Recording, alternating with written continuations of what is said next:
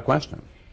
Yes, and he talked in this speech about the promises that he's made, and he said he's going to keep them. And so some of the most clear promises that he has made are on the economy, very, very sharp tariffs that have been controversial in the business world and among economists. Assuming that he gets that through, assuming that that happens, we will see if that is true or whether it will help. On the immigration front, which was, since the minute he came down that escalator in 2015, a huge topic for him.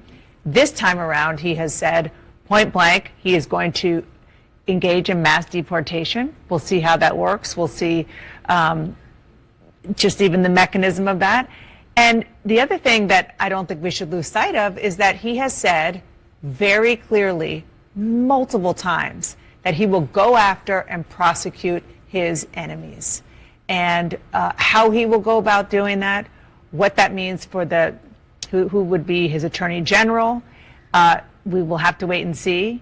We also should remember that if he is the person that raises his hand and takes the oath of office January 20th, 2025, thanks to the Supreme Court, there will be far fewer guardrails, checks on him legally. That will be the law of the land, that he will be able to do a lot more. And not to mention, the federal indictments against him will almost surely disappear. They're gone. Absolutely. They'll disappear. Yeah. Yeah, he talked about putting the last 4 years behind us. Maybe those are some of the things that'll go away.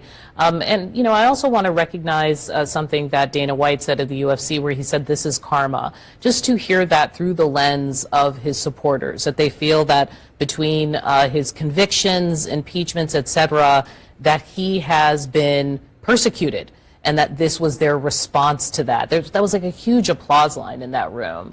Yeah, I mean, think about it. This is a man who has been impeached twice, a man who has survived 2 assassination attempts, one of them very serious, 4 indictments, almost 100 charges, and he looks like he's going to have walked through all of it. And he's at 34 counts of convicted felon. And well, when we'll see what happens on that conviction and what punishment he faces.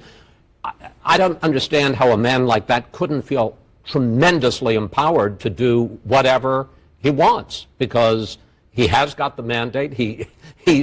The system, I don't believe it was a persecution by the system or weaponization or legal, but he certainly does. And it seems to me he's going to feel they did their worst to me, and I survived it, and I thrived, and the country gave me a mandate. I think probably there are a lot of Americans out there watching who are trying to make sense of tonight and trying to figure out why this happened. And I know that there are those who think that this is a manifestation of ugliness among their fellow Americans, that this is a vote for bigotry, and this is a vote for misogyny, or this is a vote for racism, etc. And I want to take a moment and just reflect on the fact that if you look at the reasons why the voters who decided this election voted the way they did, it is not because of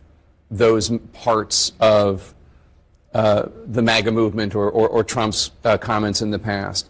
It's not about vindicating Trump for the lawsuits or the criminal charges or the impeachments. The people who decided this election, the people in the battleground states who switched or who turned out, don't like the country as it is right now, mainly because of the 3 issues. And like the people like it or not, Donald Trump ran an issues-based campaign, whether or not his 2-hour stem-winder rally speeches covered all of it. It was mainly because of the economy and the beating the people are taking at the gas pump and in grocery stores, inflation, and immigration, and the fact that immigration, there is a crisis at the border. There has been for several years. The first couple of years delivered, and it did not go the Democrat way.